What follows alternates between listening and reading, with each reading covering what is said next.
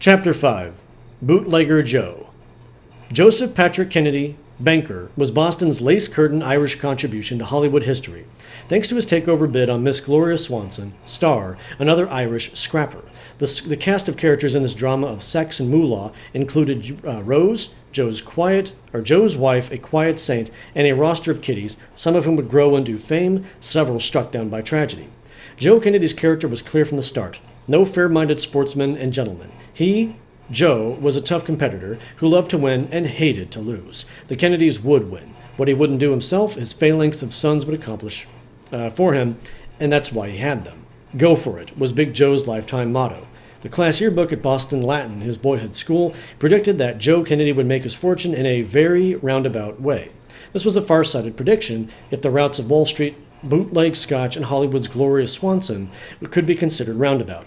At Harvard, Joe applied his yell of "go for it" to the challenge of sports. In no time at all, he was captain of the baseball team, driving it on to victory. And, like all else he touched, sports yielded useful lessons for his career. Remember, he'd like to say, if you can't be captain, don't play. Very conceited there, Joe. After he graduated from Harvard and was in possession of a small nest egg, he decided to be a millionaire by age 35. And he made it. Never mind how, he made it. At 25, he was Boston's youngest bank president.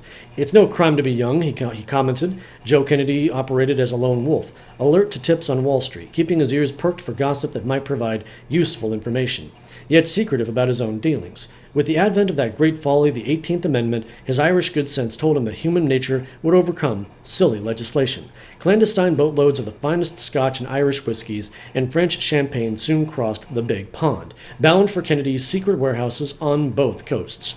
Bit of a gamble that paid off handsomely. Joe Kennedy, dynasty founder, was, during the 20s, Hollywood's top drawer booze connection, and the real thing, bootlegger, and he multiplied his investment of a few million into booze into a family fortune of many millions, a fortune based on hooch that continues to flow to this day. Kennedy was not, however, a gambler. He analyzed the difference between gambling and speculation. Quote, "The prime motive back of most gamblers is the excitement. Gamblers want to win, but the majority derive pleasure even if they lose, whereas the compelling force behind speculation is the desire to win rather than the excitement." End quote. Joe was only happy when thrown beneath an arch of triumph. One of Kennedy's acquaintances was a small-town banker who had invested $120,000 in one movie, The Miracle Man with Lon Chaney, and made $3 million. Hollywood, it was apparent to Joe, was a prime plum to be picked. His first gambit in the return of the silver screen was the takeover of a chain of 36 New England movie houses. His ambition did not stop with the 13 colonies. Kennedy planned to take over movie houses across the country. The Balaban and Katz chain in the Midwest would be his when he ferreted out their Achilles heel, Alex Pantoget. That illiterate Greek peasant with his fancy movie palaces on the West Coast was also ripe for the picking. Find the weak point and go for the jugular. As the 20s began to roar, movie-going became a national obsession. Hollywood's satanic mills churned out miles of celluloid weekly. Escapist dreams were a growing market, abetted by the lure of fast living and the glamorous, loose women that accompanied it. By the end of the decade, 60 million Americans would go to the movies in 21,000 theaters across the country. Bigger, grander picture palaces were springing up every week. Yes, there was no business like the infant picture business. Many doubted that it was a rational business at all. Each picture involved fresh problems and different risks. Individual and organizational fortunes swayed dizzily from year to year. The men at the corporate heights who tried to guess the whims of millions of movie fans were an odd assortment of upstart petty entrepreneurs, recent immigrants, hungry and ambitious Jews on the make, still outsiders in the country's ethnic melting pot. They included the former furrier, Adolf Whispering Jesus Zucker, like his future star La Swanson, a dwarf.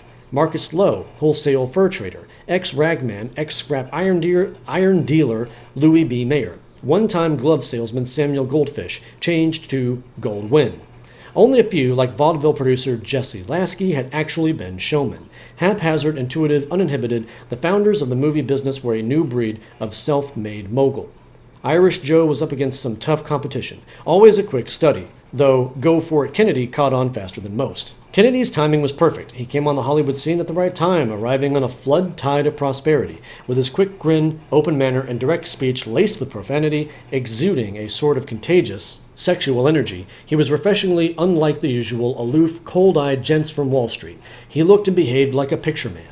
He brought out the floundering British owners of the Robertson Cole Studios with some help from the Prince of Wales. In February 1926, Kennedy became the head of FBO Pictures, the Film Booking Offices of America Incorporated, buying the Hollywood studio sight unseen. After moving from Boston and New York, he went to Hollywood for the first time to have a look at his new property. He discovered a studio that lacked the prestige of the majors but was doing good, steady business, grinding out a feature a week at a bargain basement cost of $30,000 per picture.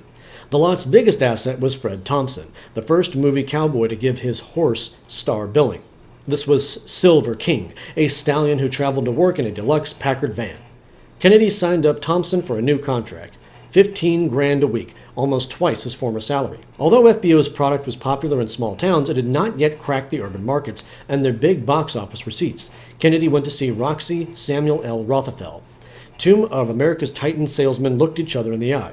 "Try a Fred Thompson picture," Joe urged. Roxy demurred. His audiences wanted flesh and the devil, and plenty of both, not horseflesh. "It won't cost you anything," Kennedy coaxed, whatever, and won his point. When the Sunset Legion, a Thompson Western, had proved a hit at Roxy's fabled Cathedral of the Motion Picture, Joe could remark with some disdain, "Roxy didn't know his own audience. Now he plays Westerns all the time." Further proof of Kennedy's flair for showmanship involved Red Grange, the galloping ghost of University of Illinois football fame, and later a star attraction as a professional. Grange had made his availability for pictures known, but studio after studio had turned him down. Kennedy went to his favorite potential audience and put the question, "Would you like to see Red Grange on the screen?" His sons, Joe and Jack, screamed an instant affirmative answer. Grange starred in 1 Minute to Play, and ably directed by Sam Wood, the movie proved a big moneymaker. As my dear devoted readers have already learned from perusing Holly Baby 1, all was not wine and roses for the Dream Factory during the 20s. After a series of unsavory scandals, Hollywood, in the eyes of middle America, appeared to be a veritable modern Babylon, with Sodom for a suburb. The magnates undertook to clean house by installing Will Hayes, Harding's former postmaster general, as the window dressing czar of the movie morals. In a move to upgrade Hollywood's respectability, Kennedy hatched the idea of sending some Tinseltown leaders to lecture at Harvard's business school. Harvard was willing. The speakers were sent. It's a shame there is no record of their discoursing. They must have been priceless. The guest lecturers were functionally illiterate, and most had never graduated from high school. Kennedy gobbled up the theater empire of aging E.F. Albee, offering a price for the vaudeville house circuit, that the old man couldn't refuse. At the time of the takeover, shares in the Keith Albee Orpheum circuit were selling for $16 each. 2 weeks later, they were going for $50. Again, the golden Kennedy touch. Later, after a few more Kennedy-inspired mergers, the letters would finally settle down into RKO, trademark of an eventually famous major studio. Meanwhile, the Swanson, most glamorous of movie queens, returned to her Hollywood turf after an uppity sojourn in France, filming Madame Sans Jean in authentic locales. When she returned with her fancy new title, Marquis de la Fallée de la Caudray, Gloria sent an advance order to Paramount. "Please arrange ovation." Kennedy and Gloria the Marquis then met in the crowd of ovationers beneath the barrage of flowers. It was a surefire chemical click. The attraction was opposites, short and tall. Kennedy was charmed by the tiny creature. Gloria cast her net. The vamp batted her mascarad eyes and cooed, "Joe, you're the best actor in Hollywood." They became lovers, with the added spice of a secret trysting place for the horizontal arrangements of their illicit affair. Kennedy, besotted with lust, lost his good business judgment in the perfumed purple satin sheets of his Hollywood Hills love nest. He undertook to finance independent pictures for his mistress under the vanity banner of Gloria Productions, Incorporated. Gloria would soon know the price of hubris. The clock of comeuppance was ticking fast. Their daring artistic production was to be called The Swamp. This enticing quicksand would be helmeted by Erich von Stroheim, an undisputed genius, but an erratic one. His movie-making method was to expose miles of film, improvising as he went along, with uninhibited attention paid to every sexual kink. In The Swamp, he told the tale of a convent-bred girl who inherits a string of African bordellos. The climactic scene would show the once innocent Irish convent girl who had become a prosperous madam, on her deathbed, receiving the last rites from a humpy young priest. A strong suggestion of necrophilia was the kicker. Gloria learned what it meant to be appalled. Vaughn kept changing the script daily, a ploy with which he hoped to trap her at the production point of no return. The film was not really dirty. It was merely that in 1928 it was unreleasable. Gloria screamed over the phone to her lover in New York, "Joe, there's a lunatic in charge here." Kennedy, the Catholic, was equally appalled. He knew Czar Hayes would never pass this bouquet of Venus's flytraps. Genius von Stroheim was fired. Kennedy arrived in Tinseltown and with his rattled paramour attempted to salvage the mess. First of all, the film was retitled. It became Queen Kelly, although the reason for the lady's royalty was that she queened it over a chain of cat houses.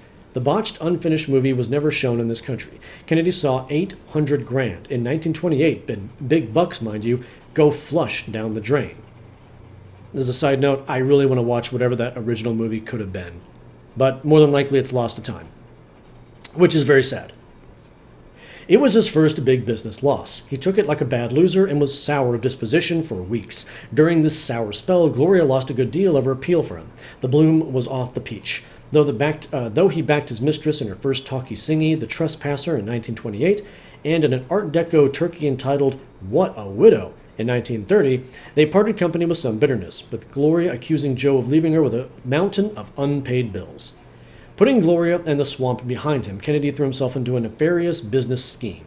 He set about to destroy the reputation of Alex Pantoget in order to swoop in and take over the chain of Pantoget movie palaces when the old man was down for the count.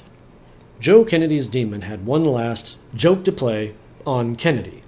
Exit Swanson in black satin. Enter Eunice Pringle in red satin. The 17-year-old Miss Pringle was dispatched to the Pantoget Theater, but her mission was not to see a movie. She accused Pantoget of having sexually outraged her in his theater when she applied for a job. A jury eventually found him not guilty. When his satanic plot backfired, Kennedy finally gave up on movies. The last refuge of a scoundrel is politics. Ooh, and I think we know where that goes. That is the end of that chapter.